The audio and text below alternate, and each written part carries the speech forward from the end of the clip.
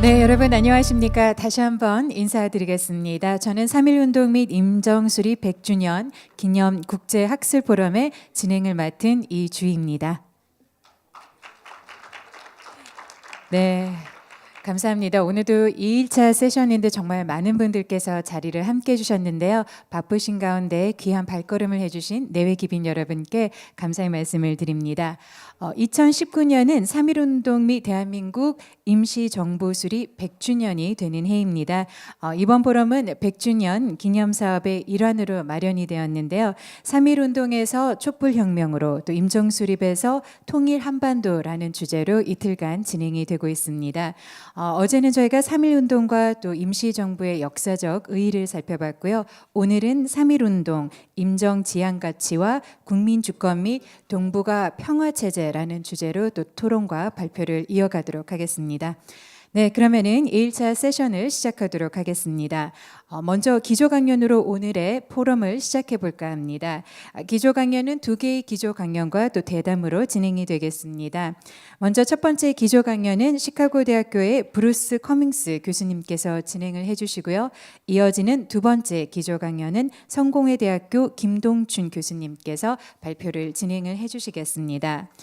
대담은 서울대학교 박태균 교수님께서 또 진행을 맡아주시겠습니다. 박태균 교수님은 2000년부터 현재까지 서울대학교 국제대학원 교수로 재직하고 계십니다.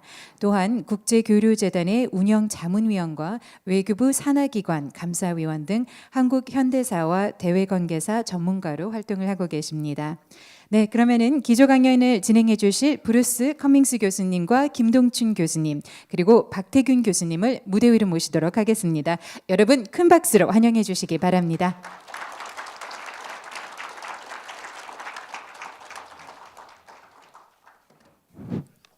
예, 안녕하십니까. 방금 소개받은 박태균입니다. 오늘 이렇게 아주 중요한 자리에 사회를 맡게 되어서 아주 영광으로 생각을 합니다.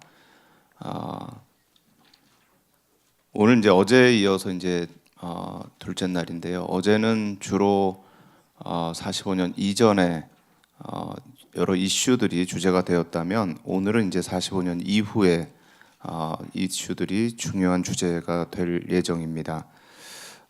그리고 또 개인적으로 오늘 아침 세션에 평소에 제가 존경하던 두 선생님을 모시고 세션을 진행하게 되어서 아주 영광으로 생각을 하고 있습니다. 우선 첫 번째 발표를 해주실 브루스 커밍스 선생님은 뭐 제가 따로 소개를 하지 않아도 여기 계신 모든 분들께서 아마 잘 아시리라고 생각을 합니다. 브루스 커밍스 선생님의 양력에 대해서는 저희 자료집에 236페이지에 나와 있습니다만 시카고 대학에서 계속 강의를 해주고 계시고요. 또 특히 저희한테는 한국 전쟁의 기원이라는 책으로 아주 유명하신 선생님이십니다. 제가 대학교에 처음 들어갔을 때 저희 선배들이 저한테 반드시 읽으라고 해서 읽었던 기억이 지금도 생생합니다.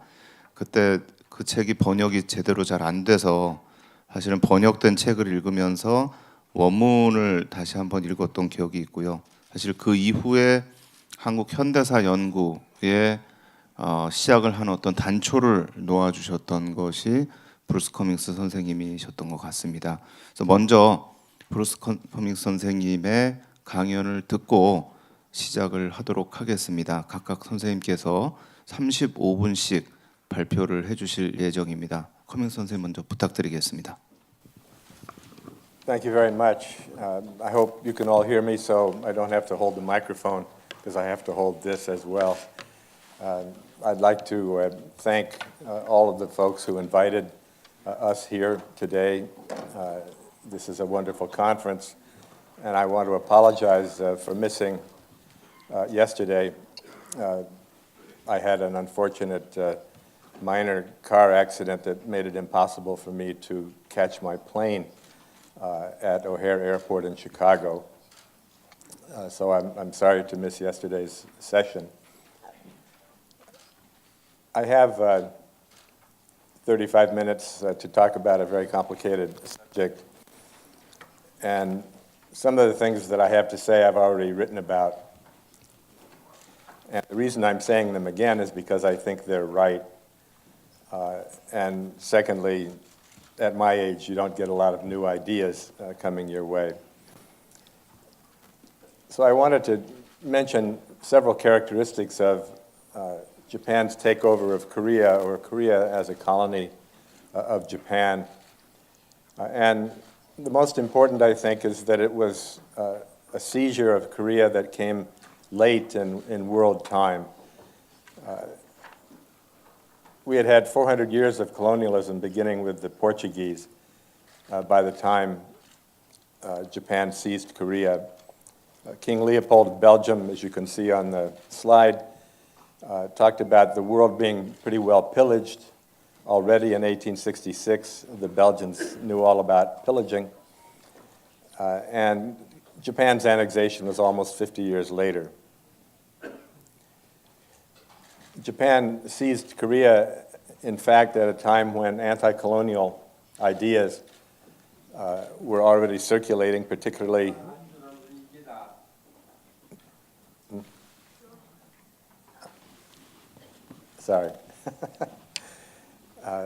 anti-colonial ideas were already circulating in the US and the UK in particular, with Fabian socialists, for example, being opposed to colonialism before World War I. And of course, Japan had barely begun its implementation of the Korean colony when Woodrow Wilson laid out his 14 points calling for self-determination for small or all nations. Actually, he wasn't thinking of applying that to Korea, but Koreans didn't know that.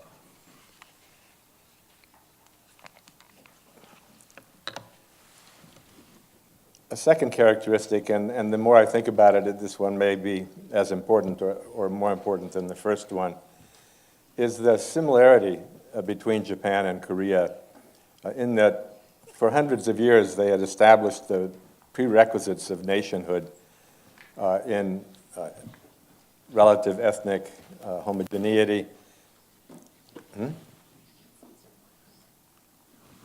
Use the mic. Okay. In relative homogeneity of ethnicity, a common language, well-defined borders. They weren't nations.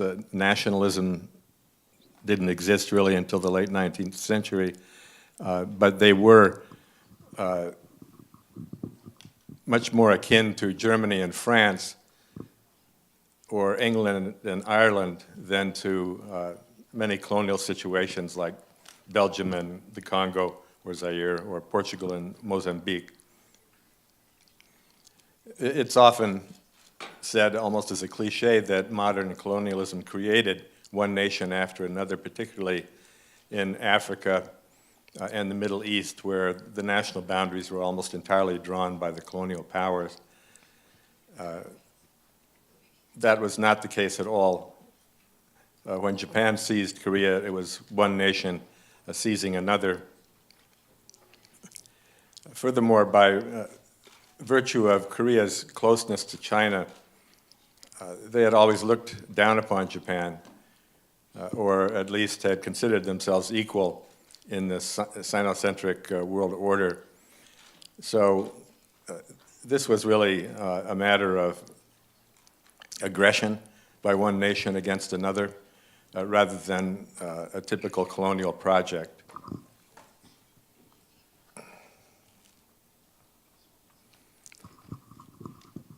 A third characteristic, which gets far too little attention and helps explain Japan's ability to prevail in Korea, is that Japan had crucial great power support, particularly from Theodore Roosevelt, who was probably the most Japanophile of American presidents, who won the Nobel Peace Prize for settling the Russo-Japanese War, and who thought Korea would be better off under Japanese rule than as an independent country.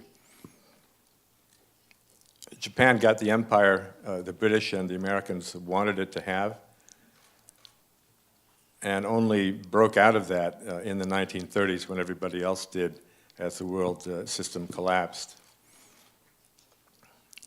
So, however anachronistic Japan's colonial project was, it was set firmly in the tripartite Anglo-Japanese-American sphere, free of external threat until really the late 1930s, and the threat there came from the Soviet Union.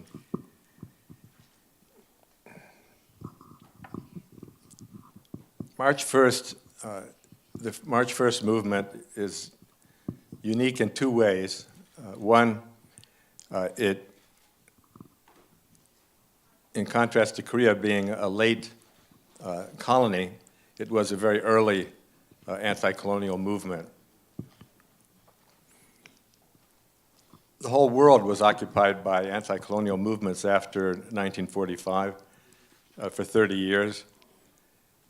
But Korea, along with Egypt in 1919, and the continuing troubles between Ireland and England, were very early examples of anti-colonial revolt.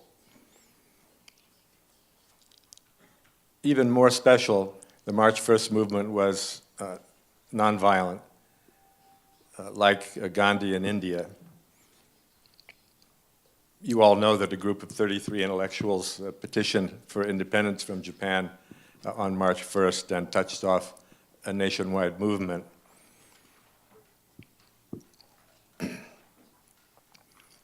This movement meant that Japan, only 10 years after seizing Korea, found itself in an obsolescent position. The Japanese always wanted to be modern, and instead they found their repressive rule condemned as out of date and obsolescent, both by Wilson and others, and by Lenin and the Soviet Union.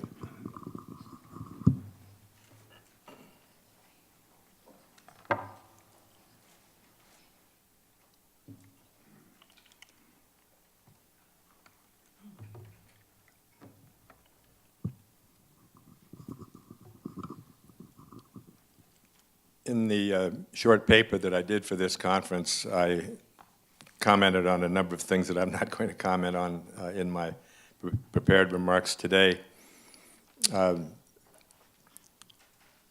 But I think that one of the least appreciated and longest running influences of the March 1st movement is its effect on the political economy.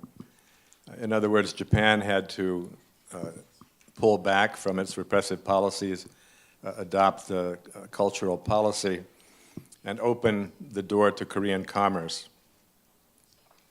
My old friend Edwin Graggart did a book on the 1920s and 30s, and he showed that just an enormous increase in Korean commerce occurred in the 1920s and in the early, well, not the early 1930s, but in the 1920s.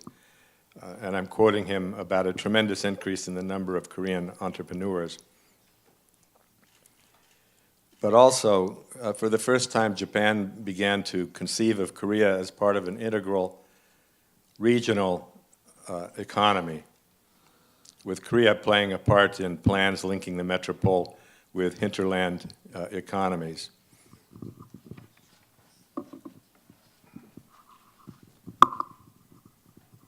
The kernel of this logic is contained in the Governor General's Industrial Commission of 1921, which Carter Eckert has written about, which for the first time called for Japan to support Korea's fledgling textile industry and to produce textiles not just for the Korean market, but for the imperial market, for the empire. Koreans were part of this commission and quickly called for state subsidies and credits and hothouse protection for Korean companies.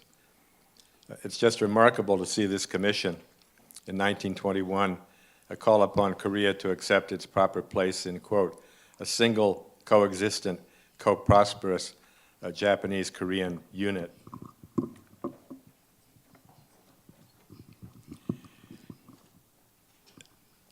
This presentation has taken me a lot less time than I thought it would. I cut out a number of slides because I didn't want to go over time. But I'd like to conclude with a number of points. And one is a question that rarely gets voiced. When all is said and done, what did Japan get out of its takeover of Korea? What did Japan get from its takeover of Korea? Here we are, 11 decades later, and Japan's relationship with the Republic of Korea is fraught with many issues left over from the colonial period, preeminently the so-called comfort women issue, also enslaved laborers more generally, Korean laborers enslaved in Japanese mines and industries throughout the empire, particularly during World War II. It makes me laugh, or maybe I shouldn't laugh, but we have Japanese consuls scrambling around various places in the world trying to get rid of stately comfort women statues that have been put in front of their consular offices. Well over 100 years after they began their colonial project. But think about another Korea, namely North Korea. What Japanese colonizer could have imagined a country formed in 1948 as an anti-Japanese state, led by anti-colonial resistors, with which Japan still has no formal relations 71 years later. And this country is now armed with nuclear weapons and intercontinental missiles. This is how colonialism produces utterly unanticipated nightmares. It dawned on me one day that the very idea of Japan colonizing Korea in 1910 was an astonishing act of hubris, quixotic and anachronistic, and bound to be self-defeating. Looked at in comparative perspective, this experience ended up less as a colonial one than something closer to the Vichy regime in wartime France, an experience gnawing at the national identity of France ever since, and the same is true of Korea, so far as we know, forever. So thank you very much, and we have plenty of time for the other participants. 네. 감사합니다, 선생님. 너무 시간을 많이 주셔서 여유 있게 오늘 오전 세션을 진행할 수 있을 것 같고요.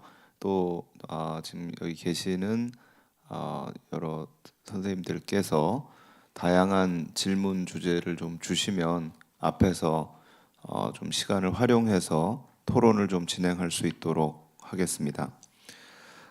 다음으로 해주실 분은 김동춘 선생님이십니다. 역시 김동춘 선생님 이 한국 현대사 연구에 너무나 많은 업적을 세우신 분이십니다. 특히 2000년에 나왔던 전쟁과 사회라고 하는 책은 기존의 한국 전쟁에 대한 연구가 대부분 국제 정치, 또 국내 정치, 또 경제적인 부분, 또 군사적인 부분에 대한 연구가 이루어졌다면 사회적인 측면에서 한국 전쟁을 우리가 어떤 방식으로 봐야 되는가에 대한 중요한 좌표를 열어주셨다라고 생각을 합니다. 또 사회적으로도 2005년 12월부터 2009년까지 진실화해를 위한 과거사 정리위원회 상임위원으로 일하시면서 우리 사회에 묻혀 있었던 많은 이슈들의 진실을 밝히는데 많은 역할을 해주셨습니다. 오늘 강연은 1919년에 형성된 우리의 민주주의와 공화주의에 대한 사상들이 1945년 이후에 어떠한 방식으로 이게 왜곡되고 부닥치고 시련을 맞았는가라는 주제로 해서 발표를 해주시겠습니다. 부탁드리겠습니다. 예, 방금 소개받은 김동춘입니다. 반갑습니다.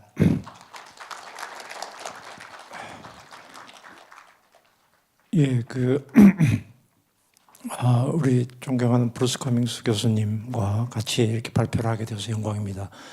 또 3.1운동 100주년 그리고 또 미래 100년을 내다보는 이런 큰 학술 행사에 제가 이런 주제를 감당할 능력이 안 되지만 제 소견 조금 말씀드리고 같이 토론을 해봤으면 합니다. 커밍스 교수님이 시간을 많이 남겨주셨기 때문에 제가 부담 없이 더 이야기를 하도록 하겠습니다. 약간 여담인데요. 제가 이 발제를 준비하면서 이 커밍스 교수님이 옛날에 쓰신 한국전쟁의 기원 1권 다시 조금 봤는데 아시는 분은 아시겠지만 2권이 아직 한국어로 번역이 안 돼 있습니다. 매우 안타까운 일이고 1권 여기 오신 이제 김자동 선생님이 오래전에 번역을 하셨지만 일본어로는 돼 있습니다. 두 권이 다 돼 있고요. 한국어로는 아직 번역이 안 돼 있습니다. 학교에 있는 사람으로서 매우 부끄러운 일이라고 저는 생각합니다. 그 1권을 읽다가 오늘 발제와 약간의 관계된 부분인데 옛날에는 그냥 무심코 지나갔던 내용인데 46년 대구 11사건 이른바 추수폭동이라고 하는데 그걸 진압하는 과정에서 조병옥 씨가 1912년 일본에 일제가 했던 그 칙령을 적용을 하려고 하는 거론한 걸 제가 보고 깜짝 놀랐습니다. 이 커밍스 교수님 그때 이미 이 문제를 주목을 했는데 이 미국에서 유학을 한 조병옥 씨가 어떻게 일제의 이 통제 악법을 46년에 그대로 적용하려고 그런 발상을 했을까? 참 끔찍한 내용인데 그게 아마 오늘의 제 이야기하고 좀 관계가 될 것 같습니다. 분단 혹은 냉전이 어떻게 3.1운동에나 우리 독립운동 지사들이 제기했던 민주주의 혹은 공화주의의 가치를 어떻게 굴절시켰는가 이런 내용이 오늘의 제 발표 주제가 되겠습니다. 이런 45년 이후에 이런 민주주의나 공화주의 혹은 공화제의 가치가 굴절되는 과정은 한국만의 현상은 아닙니다. 이것은 전 세계적인 현상이고요. 미국에서도 60년대 한나 아렌트라든지 그 다음에 사회학자인 니스벳 같은 사람들이 아주 심각하게 미국은 공화제가 아니다. 이 베트남 전쟁 상황에서 이런 지적을 이미 했고요. 전 세계적으로 이 냉전 체제가 결국은 민주주의 이상을 매우 심각하게 굴절시킨 건 사실이기 때문에 한국만의 특수한 현상은 아닙니다. 아니지만 특히 한국은 말하자면 이제 45년 이후에 민주공화제가 꽃을 피워야 되는 시기에 충분히 성장하기도 전에 이렇게 서리를 맞는 과정에서 제가 여기서 굴절이라고 표현했는데 이게 완전히 붕괴한 것은 아니고 굉장히 우여곡절을 겪으면서 지금까지 오고 있다. 그리고 결론적으로 물론 말씀드리겠습니다만 일종의 절반의 성취라고 할까 이제 그런 과정을 이제 강조를 하고 싶습니다. 분단국가 건설은 우리가 다 아시는 내용이니까 이제 이 한국이 남북한이 38도선으로 이렇게 분열이 되면서 지금까지 북한이나 남한은 일종의 전쟁과 평화의 중간 정도 상태에 있었지 않았나 저는 그런 생각이 됩니다. 그러니까 열전은 아니지만 항상 전쟁을 준비하는 이런 상태 혹은 전쟁의 위험이 국가 운영에 내재화되어 있는 상태, 북한이나 남한이나 그런 상태가 아니었나 생각이 되고 그것이 이제 이 두 국가가 냉전의 최전선에 위치하게 됨으로써 이런 결과가 가져온 것이 아닌가 이런 생각을 합니다. 그래서 저는 한국의 국가의 성격을 어떻게 설명을 해야 될까? 기본적으로는 안보국가의 성격이 가장 중요하다. 이거 역시 한국에만 나타난 현상은 아니고 미국에서도 이미 이런 안보국가에 대한 논의들이 많았고요. 그다음에 이제 지금 말씀드린 것처럼 전쟁을 전제로 한 국내 통치가 진행이 되었고요.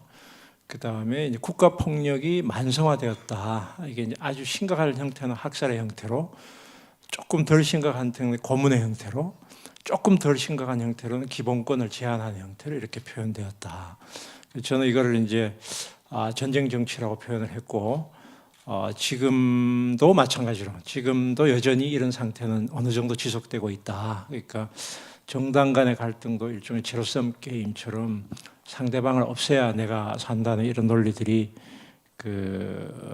진행되고 있다, 이렇게 생각합니다. 민주공화제가 수입되고 적용되는 이 과정은 어제 이미 이 분야에 대해서 많은, 저보다가 훨씬 더 내용을 잘 알고 계시는 분들이 발표를 했기 때문에 건너뛰어서 넘어가겠습니다. 45년 이후부터 이야기를 할까 생각합니다. 한국에서 민주공화제라고 하는 구호를 제일 먼저 들고 나온 쪽은 좌파들입니다. 아시는 것처럼 이제 미군정이 진주하기 직전에 인민공화국을 선포를 합니다. 근데 이 사람들이 인민공화국이라고 하는 개념을 어디서 끌어왔을까? 이거 역시 소련의 그 전례에서 끌어오지 않았을까, 그렇게 생각합니다. 그렇게 생각하고요. 소비에트 사회주의 연방인민공화국, 거기서부터 끌어오지 않았나 생각하고요. 그런데 이제 곧바로 이 좌파를 타도하기 위해서 나왔던 한민당 같은 경우는 강령에서 민주주의 정체라고 하는 표현을 쓰고 있는데 공화제라는 말은 쓰지는 않습니다. 당시 한민당이요. 그리고 당시에 그 한국의 조건을 반영해서 근로대중의 복지를 증진한다, 이런 것도 강령에 표현이 되어 있습니다. 그 이후에 46년에 민주위원회에서 균등사회가 제기되고, 그 다음에 조소왕의 상균주의로 연결되는 것은 우리가 알고 있는 내용입니다. 그런데 해방 후에 당시의 정치 세력들이, 모든 세력들이 민주주의를 이야기를 하고 있는데, 이 사람들이 이야기하는 민주주의의 이 내용은 매우 다른 것 같습니다. 근데 한민당을 제외한 거의 모든 세력은 그냥 민주주의를 쓰지 않고 앞에 형용사를 붙이는 민주주의를 씁니다. 뭐 새민주주의, 진정한 민주주의, 뭐 이런 식의 민주주의라는 표현을 쓰고요. 그래서 이제 몇 번 대표적인 분들 여기 제가 언급을 했는데, 안재홍 선생은 이제 신민주주의다. 그러니까 절차적 민주주의보다는 인민의 복리를 추구하는 인민민주주의를 해야 된다, 이런 이야기도 했고요. 백남원 선생은 이제 연합성 신민주주의, 중국식 마오가 이야기했던 인민민주주의보다는 약간 또 한국적 특수성을 가미한 그런 주장을 하고 있고요. 해방 직후에 이북에 내려왔던 김일성도 미국식 민주주의도 아니고 소련식 민주주의도 아닌 우리 실정에 맞는 민주주의가 진정한 민주주의다, 뭐 이런 식의 말도 씁니다. 조소왕 선생도 균등을 전제로 한 뉴 데모크라시, 신민주주의를 표방을 합니다. 그래서 민주주의라고 하는 그 언술에서는 모든 세력이 다 인정을 하지만, 그 어떤 민주주의냐에 대해서는 이제 그 상당한 입장의 차이가 있고, 대체로는 이제 이 좌파들이 주장하는 이제 인민민주주의와 우파들이 이제 일종의 절차적 민주주의의 이 두 흐름으로 이제 이렇게 갈라지지 않는가, 이렇게 생각합니다. 그런데 이제 이런 움직임이 이제 그 실제 당시에 45년 직후에 우리나라 그 대중들은 어떻게 생각했을까라고 하는 걸 알 수 있는 방법은 그렇게 많지 않은데, 미군정에서 여러 번 여론조사를 실시를 한 것이 있고요. 45년 12월부터 혹은 당시에 국내 여러 가지 뭐 언론이나 이런 쪽에서 실시를 하는데, 대체로는 국가가 산업에 개입해야 된다라고 하는 것에 대해서는 거의 모든 국민들이 이제 지지를 하는 것이고, 그거는 뭐 너무나 당연한 일이라고 생각합니다. 왜냐하면 당시 산업이라는 것이 대개 일본이 남기고 간 적산이기 때문에 이거를 민간에게 불화한다는 것은 상식적으로는 받아들일 수 없는 그런 거였다고 생각합니다. 근데 이제 사회주의를 지지하는데, 이 사람들이 생각했던 사회주의가 뭘까에 대해서 일부 학자들은 이제 사회주의 지지가 70%였다라고 주장을 하는데, 저는 꼭 그렇게 보지는 않습니다. 이 일반 대중들이 생각하는 사회주의는 일종의 국유화 혹은 지주제 철폐 이런 의미에 가깝지 않았을까 저는 그렇게 봅니다. 이게 그렇게 생각하고요. 그 다음에 어떤 지도자를 선호하는가 이것도 약간씩 여론조사에 다 차이가 있습니다. 어떤 경우는 이승만이 1위로 나오는 경우도 있는데 그 중도적인 잡지의 조사에 의하면은 여운형이 33%, 이승만이 21%, 김구, 박헌영 이런 순서로 나옵니다.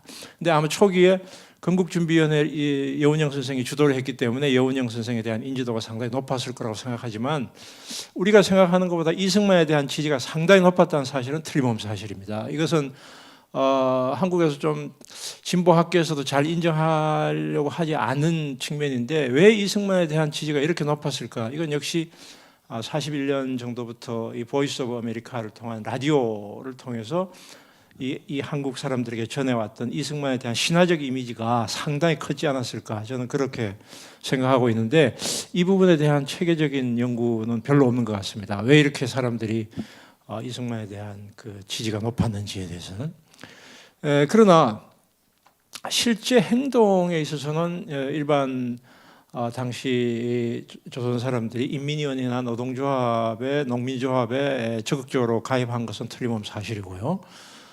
그리고 이것이 이제 민주주의의 여러 가지 측면에 있다면 선거 민주주의가 있을 수 있겠고 아니면 자치 참여 민주주의가 있다고 본다면 자치 참여의 측면에서는 매우 중요한 현상이었다고 생각합니다. 그리고 이게 대개 미군정이 이제 45년 12월부터 이제 이렇게 그 점령을 해 들어가면서 이거를 이제 이렇게 파괴해 나가는 과정이 48년까지고 그 파괴의 마지막 지점이 제주도였다고 보시면 될 것 같아요. 그래서 제주 4.3이라고 하는 건 그 섬이라고 하는 지리적 특징 때문에 파괴해 들어가는 마지막 저항의 거점이 제주도 4.3으로 연결되는 거라고 생각하시면 될 것 같고요. 그래서 이제 이런 것이고 실제로 당시에 이 참여했던 일반 대중들이 사회주의를 지지했기 때문에 인민위원회에 참석했다라고는 볼 수 없을 것 같습니다. 왜냐하면은 당시 인민위원회 구성은 실제로 우익 독립운동가들도 상당히 포함되어 있었기 때문에 이거를 좌우의 구분으로 보는 것은 그 이후의 시각이고 당시의 시점에서는 친일파를 제외한 대부분의 어쨌든 지도자들에 대한 지지가 아니었나 이렇게 해석을 할 수 있지 않을까 생각합니다. 그리고 이제 그 첫 그 대중들의 이제 저항은 이제 대구 11 사건, 흔히 이제 추수폭동이라고 불려지는 46년 10월이고요.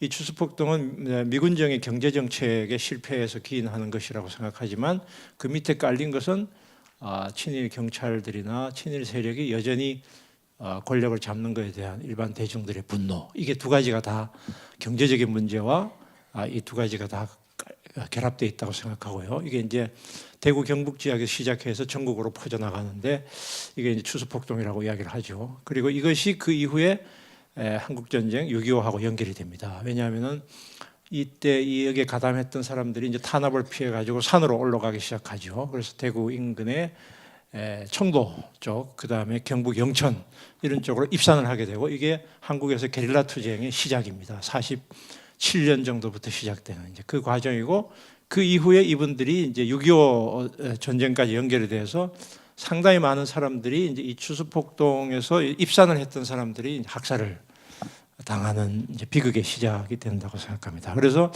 저는 당시에 일반 한국인들이 이 민주주의나 공화주의에 대해서 어떤 관념을 가지고 있는지에 대해서는 좀 더 연구를 해봐야 된다고 생각하고요. 아직 이 부분에 대한 그 체계적인 조사 연구는 당시 미군정 자료를 제외하고서는 크게 우리가 그 구술 기록에 의존할 수밖에 없는 안타까움이 있습니다. 그래서 당시에 어쨌든 정치 지도자들은 어느 정도 민주주의에 대한 컨센서스가 있었고 그 다음에 이 공화주의에 대해서도 한민당을 제외하고는 공화제에 대해서는 컨센서스가 있었다고 생각합니다. 그런데 실제로 그 미군정의 이 통치는 이거와 굉장히 거리가 먼 공화제와 민주주의와는 매우 거리가 먼 것이었다고 생각하고요. 이제 그 거리가 먼 몇 가지 특징은 우선 그 미군정이 일본에서는 GHQ가 간접 통치를 하는데 한국에서는 직접 통치를 한 그 차이에서 우선 기인하고요.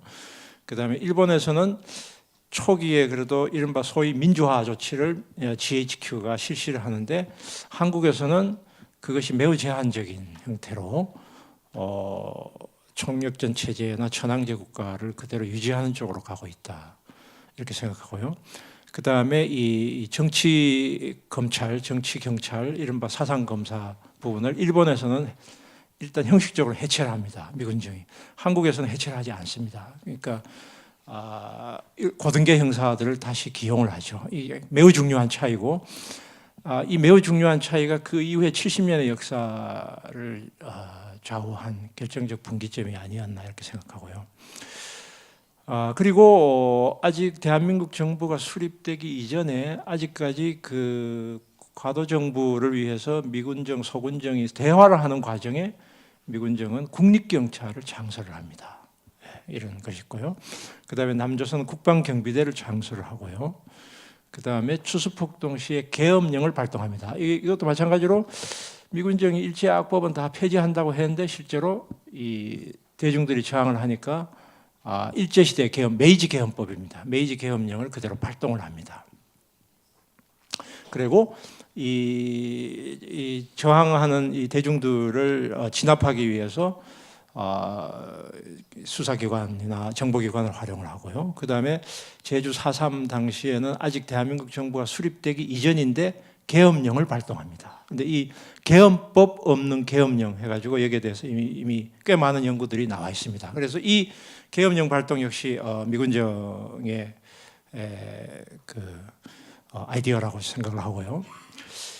그리고 이제 또 실제 그 이승만 정부로 이제 연결이 되면서 이른바 경찰 국가가 이제 그대로 유지가 되는데, 당시에 이 경찰이나 군 사령관이 사실상 생사 여탈권을 쥔 군주와 같은 존재가 되는데요.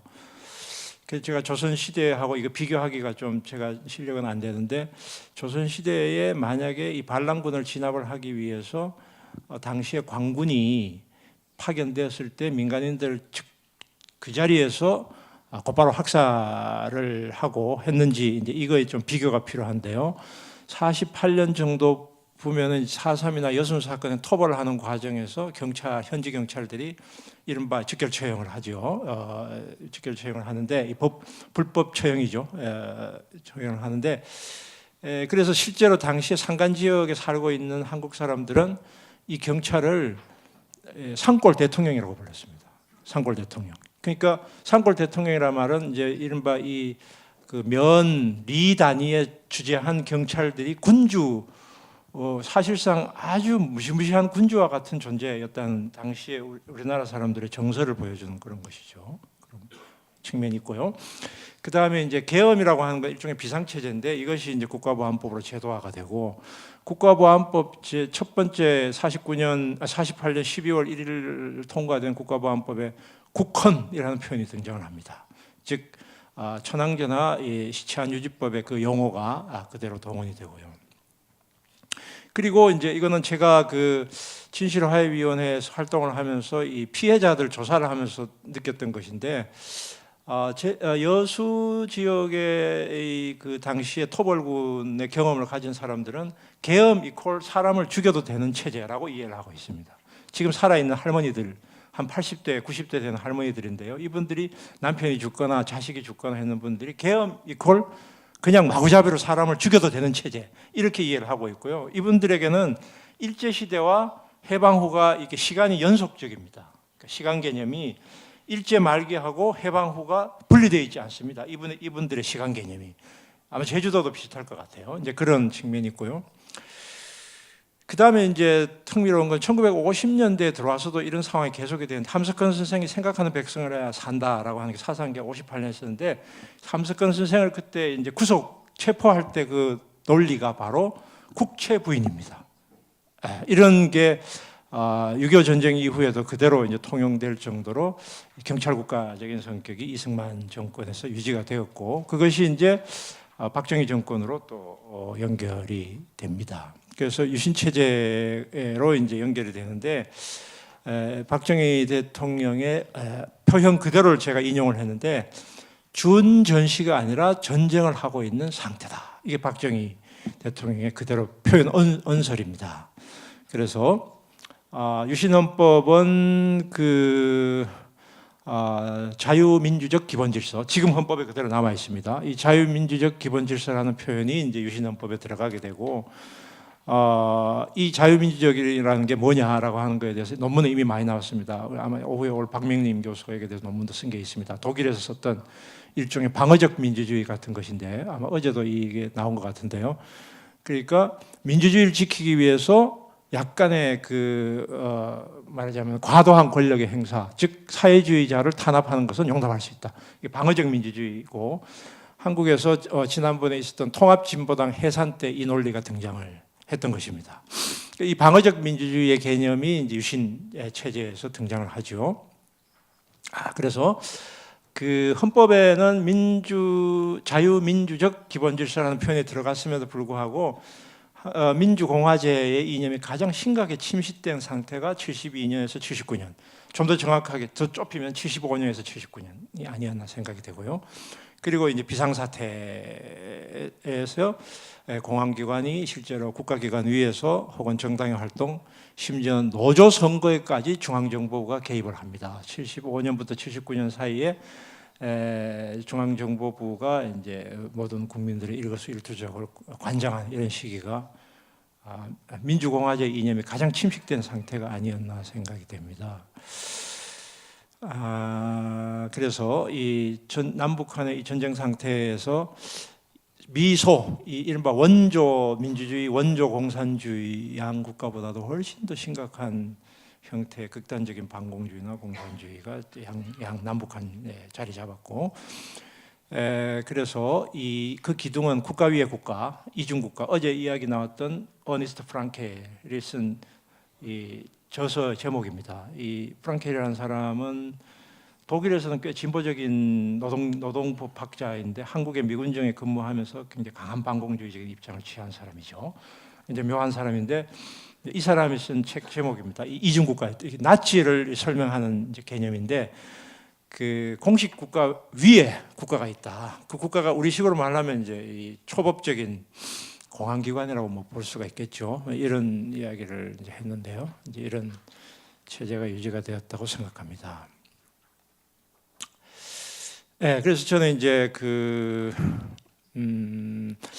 87년 민주화에도 불구하고 지난 박근혜 정부와 같은 일탈 현상이 발생했던 것이 왜 그럴까? 왜 그럴까? 결국은 이렇게 헌법상의 민주공화제를 침식하거나 위배할 수 있는 장치들이 계속 건재하는 제도법 이런 상태로, 그리고 뒤에 제가 이야기를 하겠습니다만은 이 민주주의의 마지노선이라고 할 수 있는 선거에까지 개입을 한다.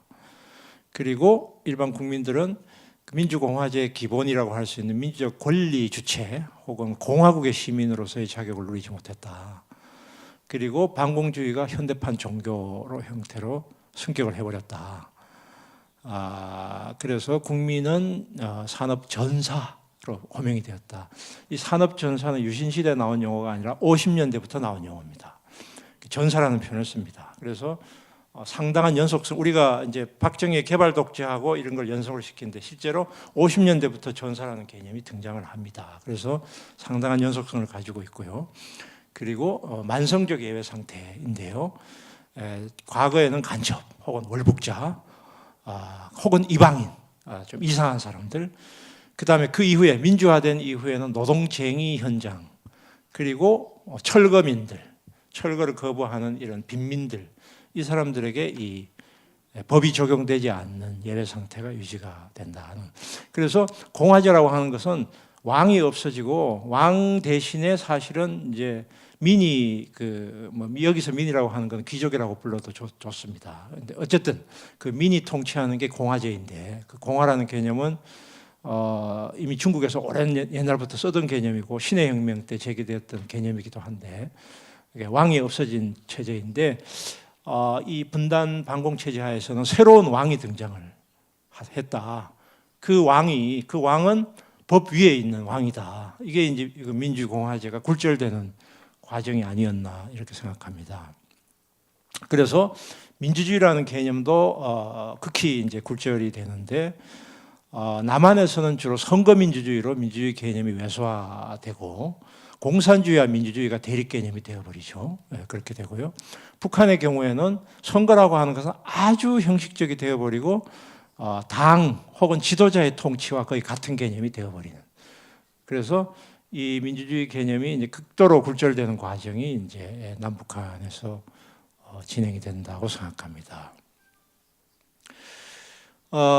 민주주의 마지노선인데요. 이거는 이제 정치학 하는 이제 김윤철이라는 사람이 이야기를 했고, 저도 이제 동의를 하는 개념인데, 미국이 한반도에 개입을 하고 한국이 국제 정치나 세계 체제에 아주 깊숙이 편입됨으로써 오는 이 이중적 측면입니다. 이 딜레마인데요.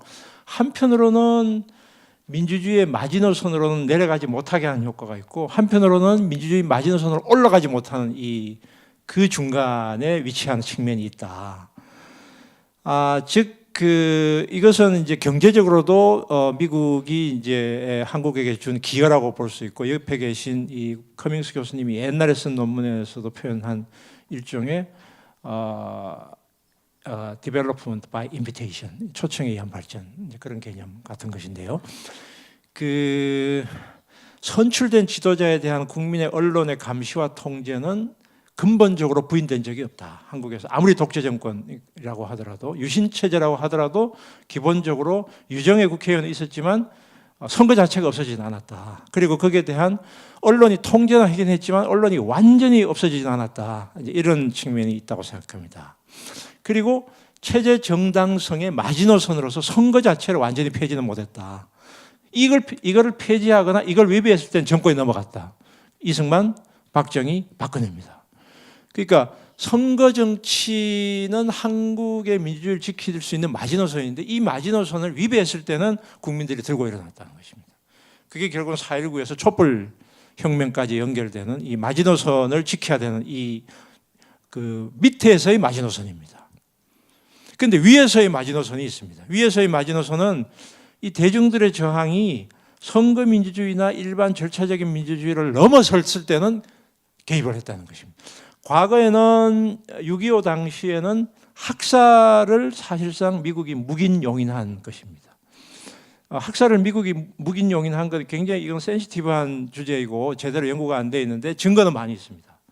예를 들면 1950년 7월에 대전에서 수천 명이 학살당할 때 에드워드가 미 장교가 거기에 입회를 한 기록이 있고요. 그다음에 8월 달에 학살이 일어났을 때 메가더가 그걸 보고받았던 기록이 있습니다. 그러니까 자세한 내용은 모르지만 이 학살이 진행되는 과정에서 미국은 어느 정도 알고 있었는데 그걸 제지하지 않았거나 혹은 아주 소극적으로 제지했거나 묵인을 했거나, 그다음에 5.18 광주 때 묵인 혹은 뭐 지지까지는 아니지만 묵인이라고 볼 수 있겠죠. 그런 부분이 있고요. 미국이 직접 개입을 하지 않을 때는 한국 정부가 개입하는 걸 묵인하는 방식으로 여러 가지 방식으로 개입을 하는 것이죠. 그래서 한국의 대중운동이 마지노선 위로 올라갈 경우에, 위로 올라가서 체제 정당성을 위협한다고 했을 때는 어떤 방식으로든 여러 가지 방식으로 개입하는. 그래서 이것은 냉전 분단의 긍정적 효과라고 불러야 되나 부정적 효과라고 불러야 되나, 하여튼 한번 우리가 이야기해 볼 만한 그런 측면이 있다고 생각하고요. 이것은 바로 한국이 냉전의 쇼윈도 측면이 있기 때문에 미국으로서는 이렇게 개입을 했을 거라고 생각합니다. 그리고 경제적으로는 마찬가지로 60년대, 70년대 한국의 경제 성장은 박정희의 리더십이라기보다는 미국의 지원이라고 보는 것이 더 정확하다고 저는 생각합니다. 그리고 이 동아시아의 이 신흥산업국가, 공업국가를 냉전 체제에서 지켜야 되는 미국의 이해관계가 결합이 되어 있고, 그 이해관계가 결합되어 있지만 한국인들은 거기에 상당한 수혜자가 된 것도 사실이고, 그것이 오늘의 경제 발전을 가져온 동력이 된 것도 사실이죠. 이거는 뭐 부인할 수 없는 사실이고, 이 양쪽 측면이 다 있다, 이렇게 저는 생각을 합니다. 그래서 약간 정리를 해서 다시 말씀을 드리면, 냉전 분단은 한국의 자유민주주의 확대라는 점에서 긍정적인 측면이 있고요. 그 다음에 50년 당시의 농지개혁은 북한과의 대결 구조가 없이는 한국에서의 비교적 급진적 농지개혁은 일어나지 않았을 것이다. 어제 발표자로 왔던 정병준 교수가 쓴 논문도 이걸 밝히고 있는데, 한국의 농지개혁은 50년 6.25 이전에 끝난 게 아니고 6.25가 진행되었기 때문에 농지개혁이 훨씬 더 급진적으로 마무리된 측면이 있다. 북한의 어떤 사회주의적인 농지개혁을 의식한 예방적 측면 혹은 뭐 수동혁명 뭐 이렇게 불러도 괜찮겠습니다. 그 다음에 보통선거와 선거민주주의 혹은 자유민주주의 제도와 교육의 도입이 학생들을 들고 일어나게 만든 중요한 동력이 된 것도 사실이다. 4.19, 그 다음에 60, 70년대 학생운동, 80년대 학생운동, 그리고 제야 세력, 그 다음에 기독교 월남자 이분들의 한국 민주화 운동에 기여한 부분은 바로 이런 조건에서 만들어진 것이다. 그리고 그러나 결과적으로 냉정과 분단은 한국의 민주주의를 일정한 틀내로 가두는 역할을 했다. 이렇게 생각을 합니다. 대한민국 민주공화국인가? 이제 이 질문인데요. 3.1운동부터 시작된 100년의 프로젝트인데 민주공화국은 헌법상의 규범 혹은 추상적 가치에 아직은 가까운 것 같다. 이런 생각이고요. 그리고 이 민주공화국에 이걸 위해서 그걸 몸으로 이거를 실현하려고 했던 사람들은 저는 저항 세력이었다. 이렇게 생각합니다. 그러니까 45년 이전에는 독립운동 세력이었고 45년 이후에는 학생, 지식인, 제야, 노동, 농민, 촛불시민으로 연결되는 저항 세력에서 공화제가 몸으로 체현되지 않았나 이렇게 생각하고요. 그리고 이분들은 기본적으로 공공적 마인드를 가지고 있고 민의 참여의 내용 속에 민주공화제가 있다. 그러나 민주주의의 이 풀뿌리 기반은 매우 취약하다. 매우 취약하고 참여의 이 문제는 46년 그 45년 말에 건국준비연합 인민공화국 혹은 당시의 농민조합의 수준까지 아직 못 갔다. 민의 참여의 수준은 이제 복원 과정이다. 이게 지금 풀뿌리 마을 만들기 작업이 일종의 풀뿌리의 이걸 복원 과정이다. 굉장한 이제 이 불균등이 있다. 위로부터의 민주주의, 아래로부터의 민주주의에 불균등이 있다. 이렇게 저는 생각을 합니다. 그래서 이제 위로부터의 어쨌든 상황은 안보 논리나 성장주의가 주도를 했고요. 일본이나 미국의 모델을 충실히 추종했던 분들이 우리 사회의 주류 세력으로 있고요. 그 다음에 실질적인 지배 논리는 형식적으로는 민주공화제지만 실질 지배 논리는 반공자유주의라고 봐야 되지 않는가 생각하고요. 재산권 만능주의다 이렇게 생각합니다. 그래서 촛불 집회에서 이것도 이제 3.1운동의 프로젝트가 여전히 현재 진행형적인 것을 보여주는 것이고요. 저는 이제 19세기 이후에 지금까지의 역사는 크게 세 개념의 일종의 충돌 과정이었다. 국권, 민족권, 민권 이렇게 저는 봅니다. 여기서 국권과 민족권이 충돌하고 민족권과 민권이 충돌하고 민권과 국권이 충돌합니다. 이 세 가지가 같이 결합이 안 된 상황이다. 근데 일제 강점기에는 이 세 가지가 결합이 되어 있었는데 해방이 되니까 국권과 민족권이 분리되기 시작합니다. 통일 문제하고 남북한 체제 유지 문제가 분리되고요. 그 다음에 국권을 주장하는 분들은 민권을 억압하는 이런 측면이 있고요. 민권을 주장했던 분들은 민족권을 무시하는 경향이 또 있습니다. 이 세 가지가 같이 가지 못하는 상황으로 오고 있다. 그래서 크게 보면은 20세기 한반도는 3.1운동부터 지금까지 국내 정치는 국제 정치 경제 질서부터 압도적 영향하에 있다. 그리고 분단은 일제 식민지 체제의 미청산 측면이 있고 변형된 지속의 측면이 있다. 사례를 들자면 저는 김원봉 일가의 비극에서 보고 싶습니다. 지금 이제 이 문재인 정부도 김원봉 선생을 아직까지 독립운동으로 서운하는 것에 대해서 이번에 다시 컨센서스가 없다라고 해서 이제 리젝트를 했는데 실제로 보면은 이제 이 그 독립운동 했던 분들이 해방 후에 많은 분들이 이제 학살을 당하는데 이 학살 당하는 비극보다 더 큰 비극은 그 이후에 남은 가족들의 비극입니다. 그러니까 그 남은 가족들의 비극은 훨씬 비참합니다. 이 당사자 한 사람의 비극보다도. 그래서 그게 상징적으로 보여주는 김원봉 일가의 비극이 아주 전형적으로 보여주는 사례다 이렇게 생각합니다. 그래서 어쨌든 반공주의도 사실은 우리가 만들어낸 것이 아니라 국제적으로 미국에서 이미 러시아 혁명 이후부터 나온 것인데 한국은 그 흐름, 그 압도적인 흐름에서 아직도 자유롭지가 않다. 이렇게 생각합니다. 그래서 오늘날의 시점에서의 앞으로의 100년의 문제는 민주공화국의 실현에 있는데 그 실현은 결국 평화복지국가가 아닐까. 결국 평화가 전제되지 않는 민주공화국이 가능할까? 그리고 복지에 바탕을 두지 않은 공화국이 가능할까? 이런 질문을 던져볼 수 있고요. 그렇게 본다면 일제 시대나 해방 후에 삼균주의를 주장했던 조수왕 선생 같은 가치가 지금의 시점에는 결국은 재벌의 경제적 독점 문제가 아닐까. 네, 농지개혁이나 혹은 토지의 균분, 교육의 균등의 문제는 결국은 경제적인 문제가 아닐까. 그리고 신자유주의는 사실상 세습자본주의를 가져오고 있습니다. 이거 한국만의 현상이 아니고요, 전 세계적인 현상이긴 한데요. 이 세습자본주의와 민주공화주의는 양립하기 어렵지 않을까 이런 생각을 하고 있습니다. 감사합니다. 네.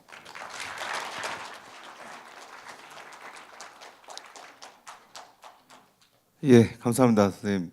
충분히 쓰셔도 되는데 16초 딱 남았을 때 끝나셨습니다. 어떻게 이렇게 정확히 맞추실 수 있는지 감사드립니다. 두 분 선생님의 아주 훌륭한 발표를 잘 들었습니다. 죄송합니다. 커밍스 선생님께서 발표해 주신 부분에서는 특히 한국의 식민지화 과정, 또 식민지라는 것이 갖고 있는 특수성에 대해서 말씀을 해주셨습니다. 뭐 몇 가지 말씀을 해주셨는데 특히 이제 그 중에서 저는 이 일본이 한국에 대해서 진행을 했던 19세기 이래로 진행을 했던 부분들은 이건 식민지화 프로젝트가 아니었다. 이것은 침략이었다라고 말씀하시는 부분. 또 일본이 미국과 영국의 도움을 받았다라고 하는 부분, 그리고 3.1운동이 가지고 있는 굉장히 오래된 그런 효과들에 대해서 지적해 주신 부분들이 굉장히 인상적이었던 것 같습니다. 특히 이제 3.1운동 이후에 가서 일본이 저희가 얘기하는 디바이드 앤 룰이라고 하는 이 레디칼들은 제외를 하고 모더레이트가 손을 잡아 나가는, 사실 어떻게 보면 그 과정이 저희가 요즘 얘기하는 소위 친일파의 형성 과정이었다라고 할 수가 있을 것 같고요. 또 두 번째, 그 이후에 진행된 여러 가지 산업화 과정이라는 데에서 이후에 나오는 대동아 공영권, co-prosperity, very early version이라고 할 수 있는 이런 현상들이 그 시기에 있었다라고 말씀하신 부분들은 굉장히 인상적이었던 것 같고요. 특히 마지막에 북한에 대해서 언급을 하시면서 반일 반식민지 정권이 수립된 북한이 핵과 지금 미사일을 개발을 하면서 지금 딜레마에 빠져 있는 일본에 대한 언급을 해주신 부분도 아주 중요한 지적이셨다라고 생각을 합니다. 김동춘 선생님께서는 전반적으로 우리 한국 현대사의 과정을 통해서 이전에 3.1운동과 대한민국 임시정부 수립을 통해서 시작이 되었던 민주공화제 또 민주공화주의라는 부분들이 45년 이후에 어떻게 왜곡되고 굴절되고 좌절돼 나가는가에 대한 말씀을 해주셨습니다. 그래서 특히 뭐 여러 가지 부분들을 지적해 주셨습니다만 뒤에서 이제 실제 우리 민이 원하는 부분들은 어떤 부분들인가라는 부분을 말씀을 해주셨던 부분들이 또 과거뿐만 아니라 현재 그리고 미래에 있어서 아주 중요한 지적이셨다고 생각을 합니다. 그래서 먼저 이 청중의 질문을 받기 전에 제가 몇 가지 질문을 두 분 선생님께 좀 드렸으면 합니다. 먼저 브루스 커밍스 선생님께서 말씀해주신 부분 중에서 제가 굉장히 좀 인상 깊었던 것이 한국과 일본을 말씀을 하시면서 영국과 아일랜드, 그다음에 프랑스와 독일 말씀을 해주셨습니다. 근데 제가 학생들과 이 식민지 시기를 얘기하면서 항상 좀 어려움을 부닥치는, 특히 외국인 학생들하고 얘기를 해보면 왜 한국은 일본에 대해서, 일본 식민지 시기에 대해서 이렇게 네거티브 퍼셉션, 부정적인 그런 인식들을 가지고 있는가. 그러니까 타이완이 일본에 대해서 가지고 있는 생각이라든가 다른 식민지를 경험한 국가들이 제국주의에 대해서 가지고 있는 생각은 사실 노스텔지아적인 부분들이 훨씬 더 큰데 한국은 왜 이런 특징을 가지고 있느냐.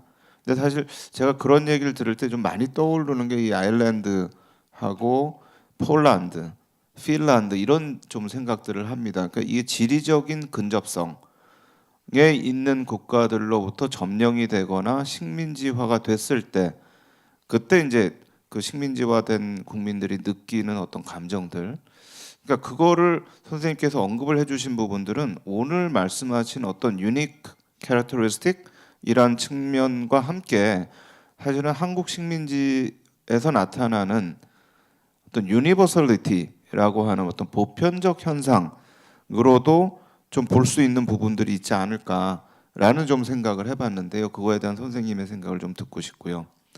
두 번째는 이제 미국과 영국이 일본을 도와줬다라는 말씀을 하셨는데 사실 이제 기본적으로는 러시아와 중국을 어떻게 봉쇄를 할 것이냐 이 부분들의 이제 기본적인 정책의 목표가 저는 맞춰져 있다라고 생각하는데 사실 그거는 19세기 이래 지금까지도 계속되고 있는 문제인 것 같습니다.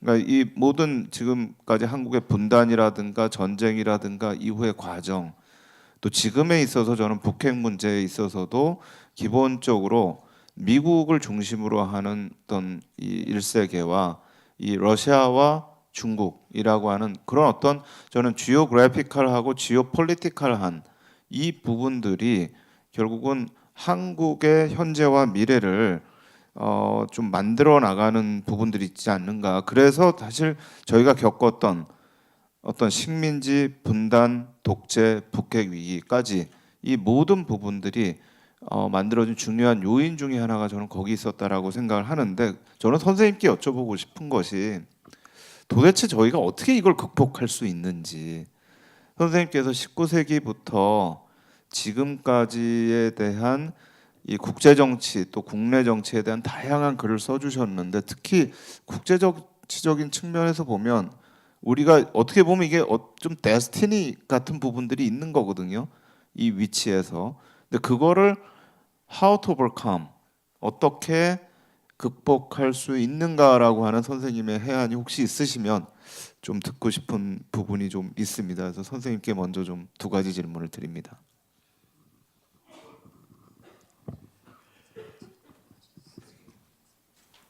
Well, thank you very much, Professor Pak. That's quite a set of questions. In regard to what we can do about these long-standing difficulties, I really don't have an answer. It's hard enough to explain the past and then to go on to try and predict the future.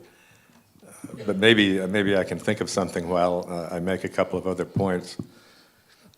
One is that really from the time of Commodore Perry's black ships in 1853 down to the present, the U.S. has always had a pro-Japanese policy, except for the decade of the 1930s. The image of Japan from the Perry mission onward is that Japan is the most progressive country in East Asia, and it's the most powerful one when you think of power as deriving from especially financial and economic and commercial sources.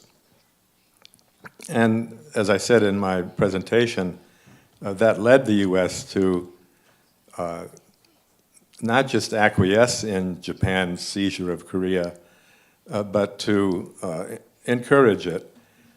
The U.S. mission was the first one to pull out of Seoul in 1909. And you had people like George Trumbull Ladd, a Yale professor, writing books touting Ito Hirobumi and what a great modernizer he was and how much he was going to do for Korea. Now, this comes right down to the present.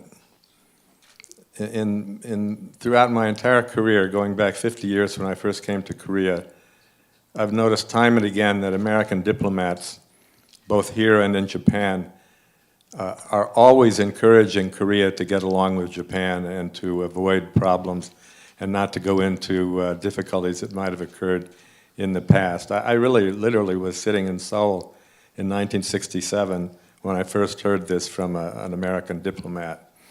A complete insensitivity to the atrocities that Japan committed in Korea. And of course, this also derives from, as Professor Pak said, a desire to contain the Soviet Union and China back then, or Russia and China today. A second point I wanted to make was that Korea is a nation and Taiwan isn't. That's the first reason why the Taiwan experience under the Japanese was different. It had been a distant island under the aegis of the Qing dynasty, but without much attention until the Japanese began paying attention, and then the Qing court started sending emissaries to Taiwan in the 1880s and 90s. But anyway, I mean, the fundamental difference is that Korea had a long history of effective nationhood, and Taiwan was an island, part of an empire. Secondly, what Japan did to Korea was so different than Taiwan. If you look at the number of Taiwanese in Japan in 1945, 35,000. There were 2.5 million Koreans in Japan in 1945. So Japan just dug into the bowels of the Korean population and used it throughout the empire. 200,000 soldiers, miners, working in industry. Throughout the empire, there were 1 million Koreans in Manchuria. 20% of Koreans were either living abroad or in another province in 1945. 1 in 5 people, and because most of those were adults between, say, the ages of 16 and 65 or something, you get an even greater percentage of the population. So the Japanese just stuck their stick into a beehive and moved it around for many years, deeply roiling and disrupting not only the Korean nation, but just about every Korean family. And that is another just fundamental difference from Taiwan. And a third difference is that Taiwan did get some industry, aluminum, for example, during the Japanese period, but Korea was partially industrialized, light industries in the south and heavy industries in the north. And that also caused enormous population movement. Rapid industrialization is always one of the most disruptive processes in history. And all of this Koreans saw as being done in the Japanese interest, not in the Korean interest. So it isn't too hard to explain why Taiwan is nostalgic, or maybe some people were nostalgic for the Japanese. And of course, we have to remember that Chiang Kai-shek basically invaded Taiwan in 1947, committed tens of thousands of people dead in massacres, and ruled under martial law from 1947 to the late 1980s, 40 years of martial law. So Taiwan really was subject to 2 occupations, or 2 colonizations, and the Japanese was actually probably less brutal than the Chinese nationalist occupation.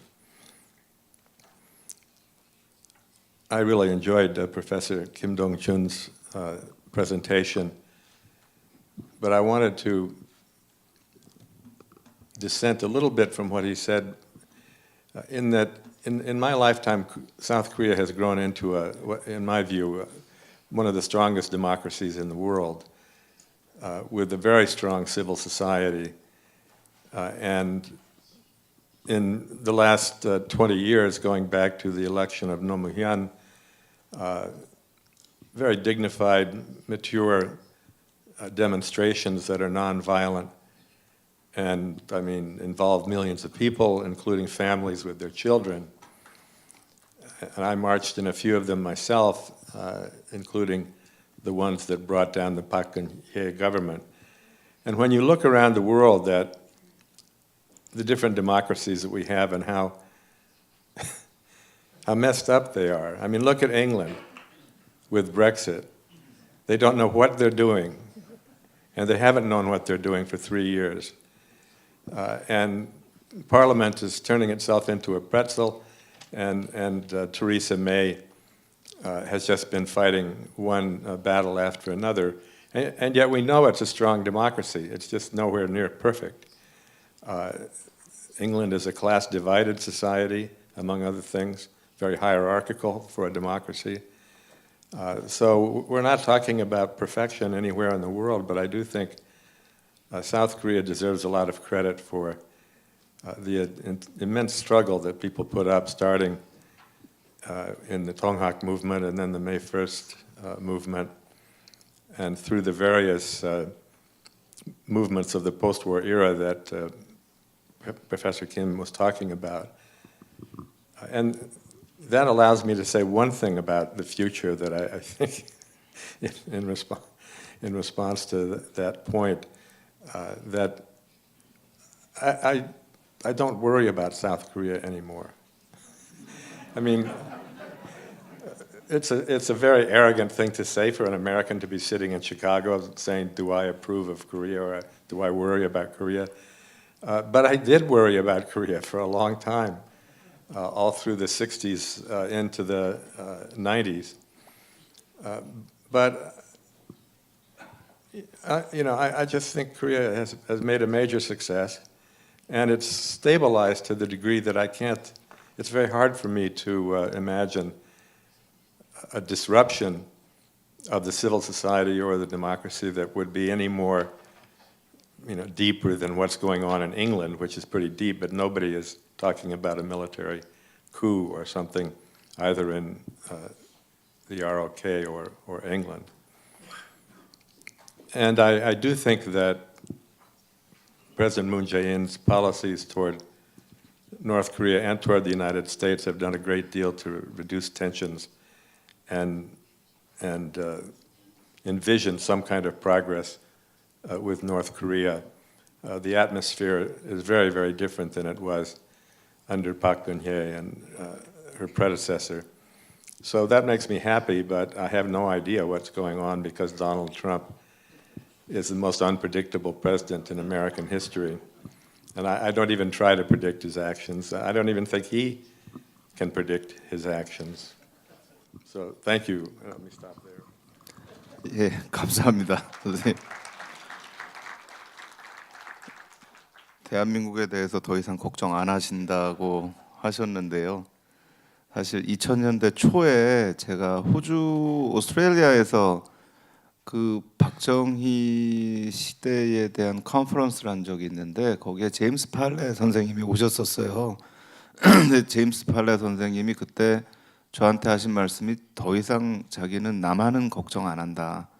북한이 걱정된다 그러셨었거든요. 근데 그 이후에 걱정될 일들이 계속 일어났어서 근데 이번에 이제 브루스 커밍스 선생님 말씀하시는 것처럼 됐으면 좋겠어요. 더 이상 걱정하지 않아도 되는 사회가 됐으면 좋겠다는 생각이 들고요.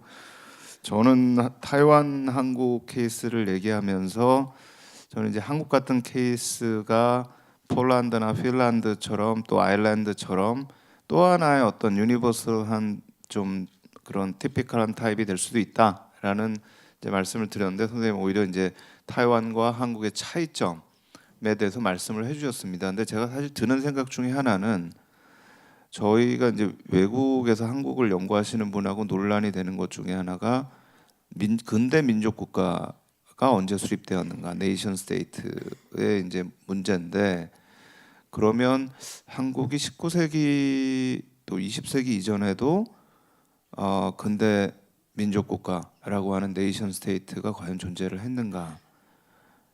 이건 사실 저는 좀 논쟁이 될 수 있는 부분인 것 같고 또 한편으로는 그럼 이제 대한민국 임시정부가 생긴 이후에 네이션 스테이트로서의 아이덴티티가 또 그때 생기는 건 아닌가라는 건 또 한번 저희가 생각해 볼 수 있는 부분은 있는 것 같습니다. 근데 일단 그 부분은 이따 또 지금 형중께서 보내주신 질문과 관련해서 다시 한번 얘기를 하고요.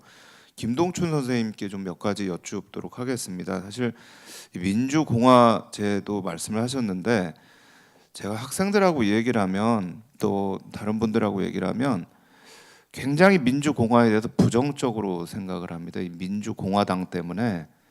근데 이게 좋은 이름은 하여튼 이상한 데서 다 이미 써가지고요. 민주정의당, 뭐 민주공화당, 지금도 무슨 자유 무슨 당부 해서 다 그 당의 이름과 거꾸로 사는 사람들이 그 이름을 갖다 붙이고 쓰니까 막상 좋은 데다 이걸 쓰려고 그러니까 참 꺼려지는 부분들이 있는 것 같아요.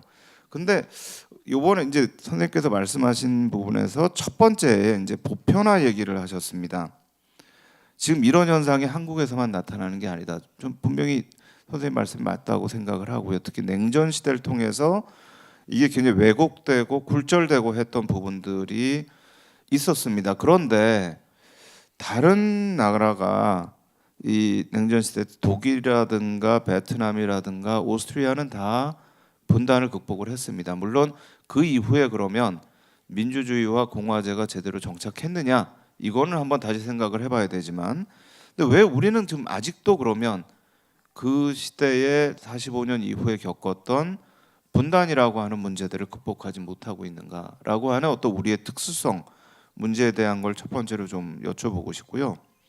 두 번째로는 또 이것도 굉장히 특수성인데 대부분의 디벨로핑 컨트리들이요 45년 이후에 한 번씩은 People's Uprising에서 이 시민의 힘에 의해서 정권을 바꾸는 그런 경험들을 했습니다. 대부분 경험을 했어요. 근데 문제는 저희는 4번이나 경험을 한 거예요. 그러니까 제가 굉장히 기억이 나는 게 뭐냐면 커밍스 선생님이 Korea's Place in the Sun의 2개 챕터를 Virtue라고 하는 제목으로 쓰셨습니다. 그래서 한국은 왜 이렇게 시민사회가 끈질기게 저렇게 저항을 하는가. 근데 이건 제가 보기에는 우리 사회가 가지고 있는 굉장히 중요한 특징 중에 하나다. 예컨대 하와이 대학의 구혜근 선생님이 논문 제목을 Strong State Contentious Society라고 하셨거든요. 그럼 이제 이 김동춘 선생님께서 생각하시는 건 시민사회의 힘이라는 것은 무엇인가? 그리고 마지막으로 제가 선생님 좀 곤란한 질문을 드리고 싶어서요. 너무 쉬운 질문들을 하면 재미가 없으니까 선생님께서는 우리 민은 민주주의와 공화주의를 원한다. 복지국가를 원한다. 그러나 실제로 저희가 보면 성장 쪽에 많은 패러다임이 가 있습니다.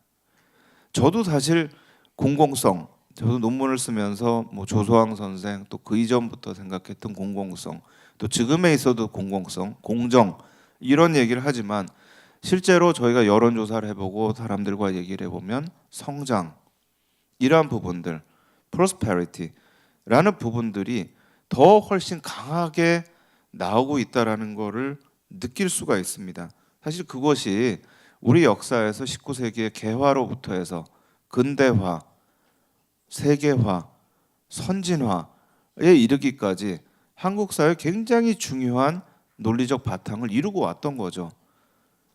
그럼 도대체 김동춘 선생님께서 생각하시기에 어떤 이런 기본 논리들이 저희가 생각하고 있는 어떤 민주주의 복지의 논리와 서로 기란 관계를 가지면서 어떤 때는 훨씬 더 많은 사회적인 공감대를 얻고 있다라는 현상은 어떻게 봐야 되는 건지, 이게 어떤 보수 언론에 의한 프레임의 왜곡에 의해서 나타나는 건지, 아니면 우리 사회가 과거에는 공공성이 더 강했는데 지금에 와선 변화된 우리 사회를 보여주는 건지 뭐 고견을 듣고 싶습니다. 예, 커밍스 선생님이 제가 조금 너무 비관적으로 봤다고 조금 비판적으로 이야기를 하셨는데, 아무래도 한국에 사는 사람들하고 외국에 사는 사람들하고의 이 기대 수준의 격차 때문에 생긴 게 아닌가. 우리는 여기 한국에 살다 보니까 아무래도 기대 수준이 매우 높기 때문에 여전히 부족한 부분을 많이 보게 되고, 외국에서 보시면 한국은 대단한 성취를 이룬 것이 동전의 양면과 같은 것이 아닌가 생각하고요. 제가 이게 약간 여담인데요. 노무현 정부 그 무렵에도 일본에 계신 이제 아는 학자들 오시면 한국을 마치 천국처럼 이야기를 해요. 그래서 제가 그분들 올 때마다 우리도 죽을 지경인데 왜 이렇게 한국을 그렇게 좋지 않다, 굉장히 힘들다 우리도. 근데 제일동포나 학원 일본인 학자들 한국에 오시면 한국이야말로 정말로 좋은 나라고 민주화의 위대한 성취를 했고 뭐 이렇게 이야기를 하시는데 약간 별로 그게 느낌이 강하게 오지 않았던 기억이 나요. 근데 어쨌든 지금도 아마 비슷할 것 같은데요. 그 차이가 아닌가 생각하고요. 똑같은 면에 어쨌든 그렇게 생각하고요. 그 한국의 특수성은 글쎄요. 저는 결국은 뭐 약간 좀 환원주의인지 모르지만 전쟁 그 6.25 전쟁의 그 탓이 아닌가 저는 생각하고요. 그리고 6.25 전쟁이라는 게 그냥 50년 6.25부터 휴전까지가 아니고 46년부터 본다면 아주 심각한 그 탄압의 그 여파가 아닌가 생각합니다. 그러니까 매우 잔인한. 그러니까 아까 제가 조금 이야기했습니다만 독립운동 했던 분들은 일제시대 때보다 45년 이후에 더 탄압을 많이 받았습니다. 이거 한원구 교수도 이런 거 주장을 많이 하는데 저도 직접 제가 조사를 하면서 느꼈는데요. 일제시대 때보다 해방 후에 훨씬 탄압을 많이 받았습니다. 이 독립운동 했던 분들과 그의 가족들이요. 그러니까 이 효과가 그 이후까지 계속 연결되면서 그 사람들이 가지고 있는 불안과 공포를 뭔가 이렇게 참여, 발언에 대한 굉장한 부담으로 오는 게 아닌가 이런 생각이 들어서 어느 정도 자신이 생겼을 때는 행동하지만 자기가 이야기하는 게 튄다고 생각할 때는 절대로 행동하지 않는 일정한 이제 자제를 발휘하는 이런 것이 우리 사회에서 있는 것 같고요. 그래서 민주공화제의 이 굴절이 저는 서유럽하고 동아시아의 차이점이 있다면 저는 그거라고 생각합니다. 서유럽은 물론 그 전에 1차 대전, 2차 대전 그 이전의 전쟁은 많이 겪었지만 동아시아는 역시 20세기 들어와서 전쟁을 많이 겪었고 특히 한반도는 그래서 그 전쟁의 여파가 지금까지 100년을 이 전쟁이라고 하는 것은 일제 말까지 포함입니다. 중일 전쟁 때까지 포함입니다. 그래서 그것이 전쟁이 과연 민주주의와 양립 가능한가? 전쟁이 공화제와 양립 가능한가? 이 질문도 저는 던져야 된다고 생각하고요. 두 번째는 시민사회의 힘, 이것도 굉장히 중요한 질문이고요. 제가 사회학하는 저로서도 항상 던지는 질문인데 한국의 피플 파워의 힘은 어디서 나올까? 이게 이분법적으로 보는 게 적절치는 않지만 서구에서는 그 권리의식과 개인주의가 중요한 근대 국가의 기둥이었다면 한국에서는 그거라기보다는 저는 가족관념의 외연적 확대에서 오는 연대의식이 아닐까 저는 그렇게 보는 편입니다. 그러니까 가족 개념의 혈연적 가족 개념을 외연적으로 확대했을 때 지역사회, 공동체 이렇게 연결되는 그 동심원 속에 있지 않나. 광주 5.18 당시에 이렇게 총을 들었던 사람들의 이 내적 그 동기들을 보면은 민주주의 그렇죠. 반독재는 맞는데요. 반독재 억압에 대한 반대는 맞지만 민주화와 저는 민주주의는 좀 다르다고 봅니다. 그러니까 민주화 세대들은 꼭 민주주의적이지는 않아요. 예, 저 포함인데요. 이 학생운동 세대들이 민주화를 투쟁은 했으나 이 사람들이 민주주의적인 게 몸에 체화되어 있지 않습니다. 예, 그 지금 소위 말해서 86세들이 보여주는 모습이에요. 그래서 민주주의를 열망했기 때문에 투쟁을 했다. 저는 그렇게 보지 않고요. 억압이나에 대해서 저항한 거 맞고 정의에 대해서 감수성이 매우 높았던 것은 맞지만 권리의식 그건 아닌 것 같습니다. 예, 그래서 그 부분은 조금 더 우리가 심층적으로 볼 필요 있는데 저는 촛불 시위도 마찬가지라고 보고요. 4.19도 그렇고 5.18도 그렇고요. 3.1운동도 그렇다고 봅니다. 그래서 그렇다면은 민주화 이후에 정말 민주주의 지금 촛불 시위 이후에 어떻게 될까? 시민사회가 이제 큰 질문이 여기서 나오는 것인데 그까지는 제가 여기 너무 큰 주제라 답변하기 곤란하고요. 세 번째 부분인데요. 왜 성장주에 여전히 사람들이 공화제나 민주주의보다는 많이 지지를 하는가? 그거는 저는 누적 효과라고 봅니다. 개발 독재 누적적 효과라고 봅니다. 그러니까 우리는 복지에 대한 효능감을 아예 체험해보지 못했습니다. 한국 사람들은. 즉 복지를 확대했을 때 세금을 내가 더 많이 내고 더 많은 걸 얻었을 때 이런 것이 온다라고 하는 누적 이게 예를 들면 나선형적으로 내려가거나 나선형적으로 올라가는 이 의식의 이 변화 효과가 있는데 그 성장에서 온 그 물신주의가 우리나라 기성세대에게 너무 강하고 그 점 때문에 이거를 뒤집을 수 있는 정도 다른 그 복지에 의한 누적적 이런 효과를 제대로 체험해 보지 못했다는 게 저는 가장 큰 이유라고 보고 있고요. 약간 이게 연관이 될지 모르겠는데 이게 세대론적으로 보면은 지금 한국의 20대하고 70대 이상하고 의식이 비슷합니다. 예, 이게 굉장히 역설적인데 저는 이거를 50년대 자란 사람하고 90년대 자란 사람의 공통점이라고 봅니다. 그러니까 훨씬 더 경쟁주의적이에요. 그러니까 50년대의 초기 그 미국의 영향하에 있었던 시기와 90년대 청년들하고 비슷합니다. 굉장히 비슷하고요. 그래서 그 중간 세대가 이제 40, 50대인데 이 사람들은 민주화에 의해서가 아니라 체험에 의해서 복지를 지지를 합니다. 그러니까 민주화 세대는 의식적으로는 공공적인 걸 지향했지만 생활인으로서는 오히려 성장주의를 지지하는 쪽이고요. 지금 40, 50대, 30, 40대 같은 경우는 민주주의 투쟁을 한 경력은 없으나 생활을 통해서 복지를 체감하는 사람들이에요. 이 차이가 있습니다. 이 세대에 따라서 미묘한 차이가 있기 때문에 저는 이 변화를 잃는 것이 굉장히 정치적으로 중요하다고 보고 있고요. 그래서 성장주의가 이런 식으로 담론이 계속 유지된다고 보지는 않습니다. 단지 지금의 20, 30대가 복지나 공공성을 체험해서 그것이 자기의 효과로 확인이 되면은 이 세력이 확 바뀔 수 있다고 저는 보고 있습니다. 그것이 우리가 가지고 있는 긍정적인 미래라고 저는 생각하고 있습니다. 이상입니다. 네, 감사합니다. 굉장히 또 인상적인 두 가지 말씀을 해주셨습니다. 하나는 가족관계 외연적 확대를 통한 어떤 시민사회의 힘, 중요한 지적이라고 생각을 합니다. 근데 이제 다른 한편으로는 가족관계 확대를 통한 부패, 부정부패의 힘도 우리 사회에서 또 무시할 수 없는 부분이 있는 것 같고요. 또 지금 20대 말씀을 해주셨는데 제가 사실 학교에서 너무 많이 좀 느끼는 그런 부분들입니다. 지금 20대들이 30대도 좀 그런 것 같아요. 그러니까 386 세대에 대해서 느끼는 그런 굉장히 부정적인 건 아마 김동춘 선생님 말씀하신 것 중에 저는 핵심이 민주화 운동을 한 이 386 세대가 가장 비민주적이다. 그러니까 사실 비민주적이다라는 것보다는요 다원성을 인정을 못하는 것 같아요.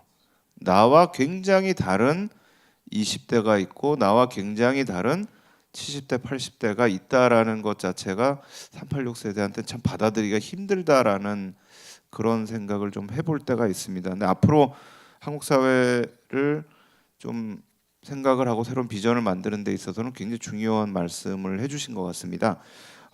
일단 그 청중에서 미리 준비하신 질문이 2개가 들어왔는데요. 간단하게 답변을 좀 부탁드리겠습니다. 커밍스 선생님한테는 왜 다른 이 식민지 국가와 다르게 3.1 운동이 그렇게 빨리 일어날 수 있었던 그런 힘이 어디에 있었다고 생각을 하느냐라는 질문이었습니다. 부탁드립니다. 답변. 예. Yes, thank you. I think I answered part of the question in my formal presentation in that Korea was not like other colonies around the world. The question of whether Korea was a nation before 1900 is a somewhat difficult one to answer. It was a kingdom with most of the characteristics of a nation.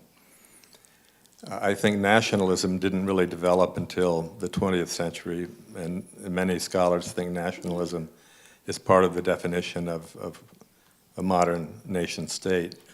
But Korea was certainly well along compared to Taiwan, as I said a minute ago, or many Middle Eastern and African colonies. I also think, and this is a real interesting curiosity about Korea, I think there was a great deal of class conflict in the Joseon dynasty between peasants and landlords.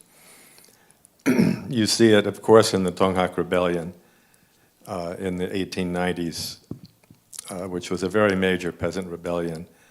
but you see it in 1812, you see it earlier than that. I had a funny experience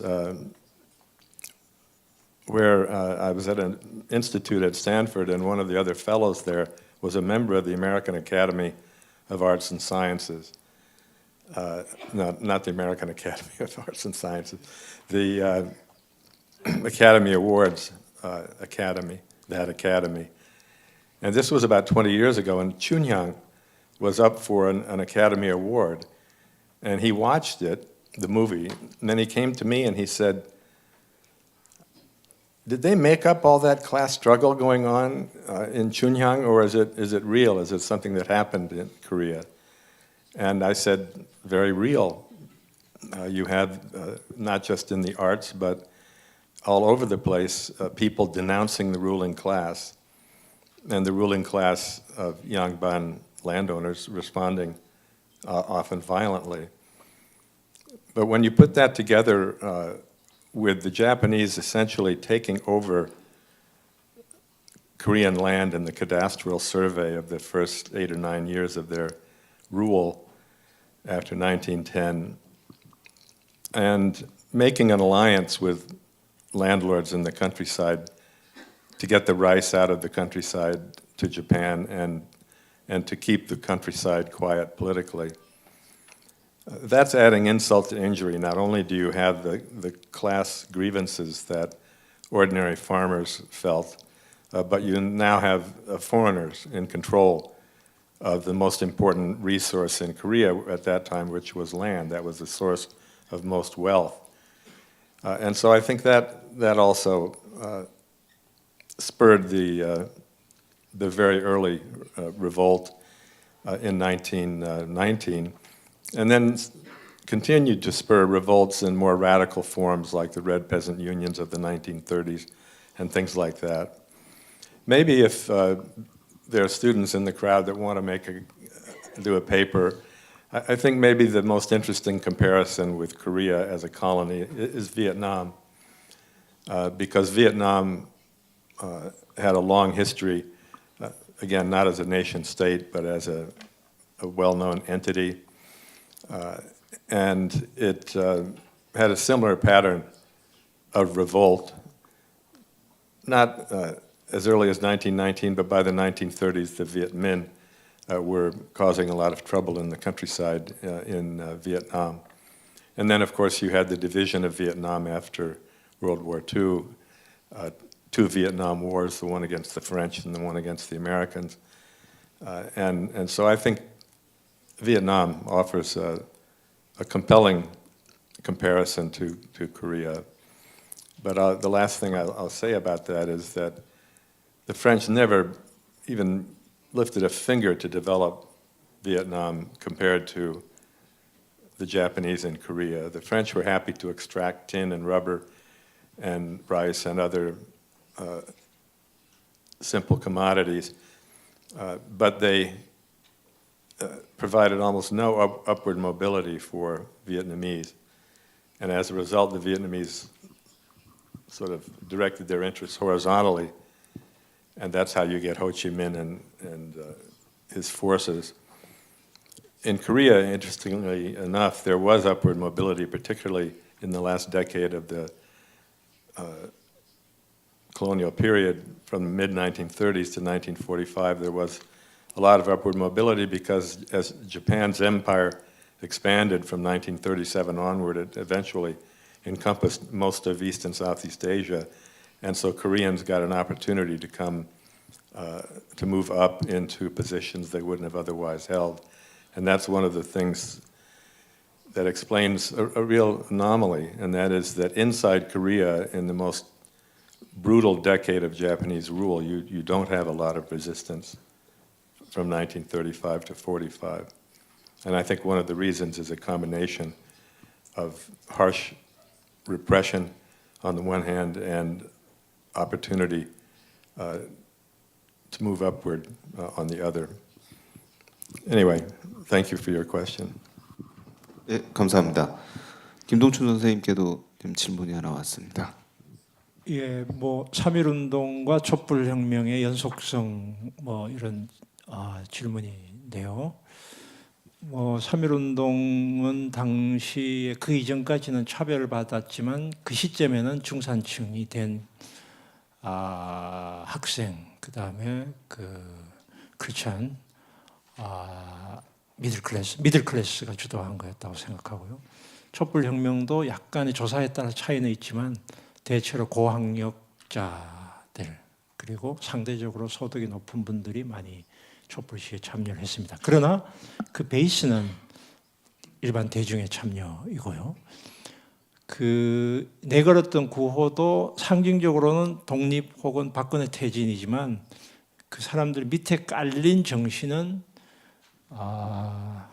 공정, 불의 이거였던 것 같아요. 제가 촛불 시위에 나온 그 구호들을 언론에 분석해 보니까 제일 많이 나온 용어가 박근혜 퇴진 말고는 공정입니다.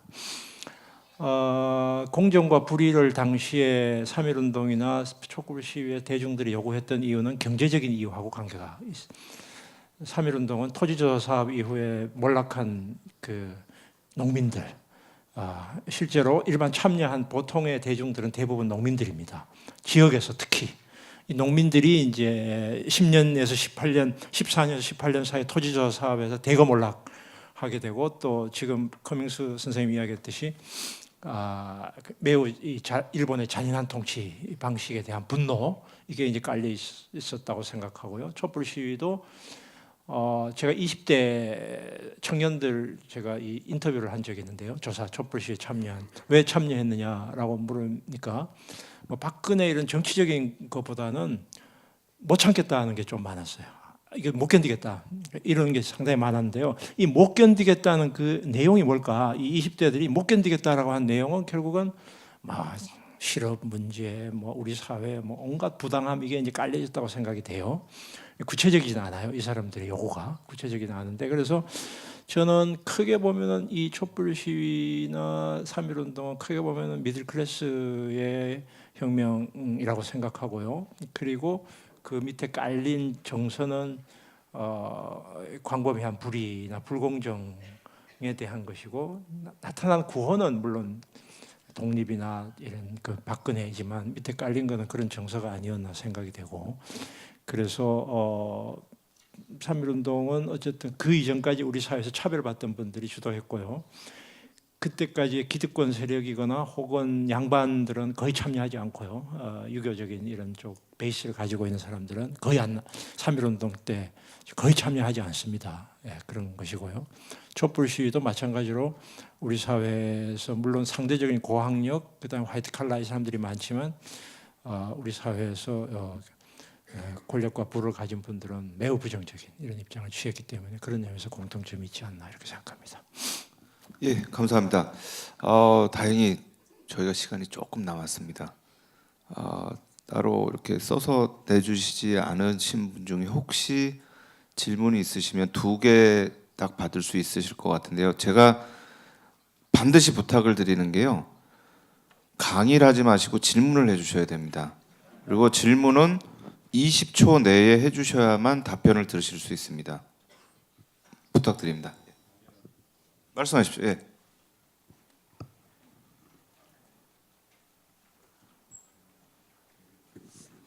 국제학술대에서 질문만 얘기하는 것도 좀 전 근대적이라고 보입니다. 그리고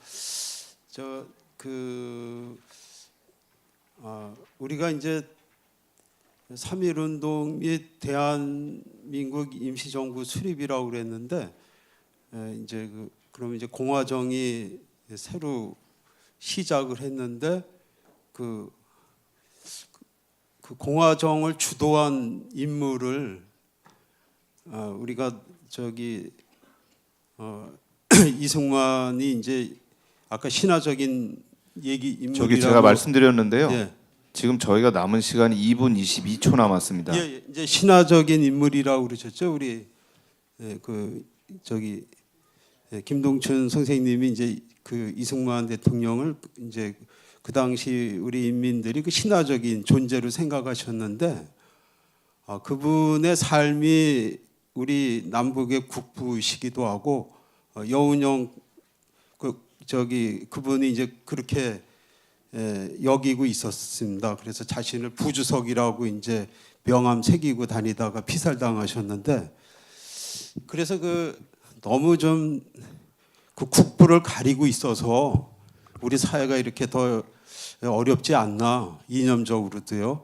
그래서 좀 그런 더 우리 학자들이 더 연구들을 더 많이 하시고 더 그래야 되지 않나. 이제 앞으로 우리 통일을 앞두고 소명이 크다고 생각합니다. 네, 어떻게 생각하시는지 감사합니다. 우리 김동춘 선생님 좀 말씀 좀 아까 부탁합니다. 뒤에 손 드신 분 말씀해 주시죠. 제가 두 분밖에 못 받을 것 같습니다. 지금 말씀해 주신 분이 1분 50초를 쓰셔가지고요. 네, 발표 잘 들었고요. 저는 그 김동춘 교수님께 질문 좀 드리고 싶은데, 첫 번째로 그 아까 486 세대가 그 복지를 체험하고 상대적으로 덜 경쟁주의적인 사회에서 성장할 수 있어서 이제 복지에 대한 생각이 좀 더 긍정적이라고 말씀해 주셨는데, 이제 저는 여쭤보고 싶은 게 과연 어떤 복지를 체험하길래 그러한 생각을 가지게 됐는지 좀 궁금합니다. 왜냐하면은 제가 그 시대를 살아보지도 않았고 좀 지식이 짧기도 해서 제가 생각했을 때는 뭔가 유럽의 삼인주의 정당 같은 정당이 대한민국에서는 제대로 발현된 적이 없었다고 생각했는데, 과연 어떤 정책이나 뭐 정당이 그런 복지 정책을 추구했었는지 좀 궁금하고, 이제 두 번째로 이제 과연 그런 체험과 같은 요소로 이제 세대를 이제 평가할 수 있는지 좀 궁금합니다. 뭐 사회과학적으로 어쩔 수 없이 분석하는 작업이 필요하지만 오히려 그러한 시대적인 요소로 인해서 세대를 평가하고 분류하는 게 혹시 갈등을 더 네, 조장할 수 있지 않나 감사합니다. 궁금해서. 제가 사실 말씀드린 이유가 길게 하시면 답변할 시간이 없습니다. 네. 그래서 김동춘 선생님이 지금 질문들을 길게 하셔가지고요, 답변을 30초 안에 끝내주셔야 됩니다. 부탁드리겠습니다. 예, 저는 이승만을 국부라고 생각하지 않고요. 이 정권 50년대 말기에 이승만 사진을 걸어놓지 않으면 경찰들이 와서 사무실에서 사람들 두들겨 패고 했습니다. 이런 사람을 국부라고 말하기, 국부라는 표현이 맞지 않고요. 오늘의 공화정의 취지하고도 맞지 않다고 생각합니다. 저는. 예, 그리고요. 두 번째는 제가 복지를 체험해서 그런 게 아니라 일종의 이제 정치학자들이 이야기한 정치적 효능감의 문제입니다. 그러니까 어떤 거를 해서 자기가 행동을 했을 때 그 가시적 결과가 왔을 때 그 다음에 플러스 행동이 나오는 걸 말합니다. 그렇기 때문에 한국에서는 아직 기본소득 같은 경우는 물론 아주 먼 이야기고요. 지금 이제 뭐 학교 급식 정도 가지고 이제 이야기하는 그 정도의 수준에 있기 때문에 그게 이제 어쨌든 일정한 정도의 공공적인 부분이 확대가 되면 그 효과에 의해서 사람들이 그 필요를 더 느끼고 조세를 더 많이 부담하는 쪽으로 갈 것이라고 생각하고, 제가 세대를 이야기를 했지만 저는 세대로 모든 걸 분석할 수 있다고 보지 않습니다. 한국에서 세대 문제는 계급 계층 문제가 우회적으로 표현된 것입니다. 예. 감사합니다, 선생님. 예, 오늘 이 아주 소중한 발표를 해주시고 또 Q&A를 진행해 주신 두 분 선생님께 감사드리고요. 또 처음에 시작부터 지금까지 자리를 끝까지 지켜주신, 여기 와주신 모든 분들께 감사드립니다. 이상으로 오전 세션을 마치도록 하겠습니다. 감사합니다. 네, 아주 유익한 세션을 이끌어 주셨던 세 분 교수님께 다시 한번 여러분 큰 박수 부탁드립니다. 감사합니다.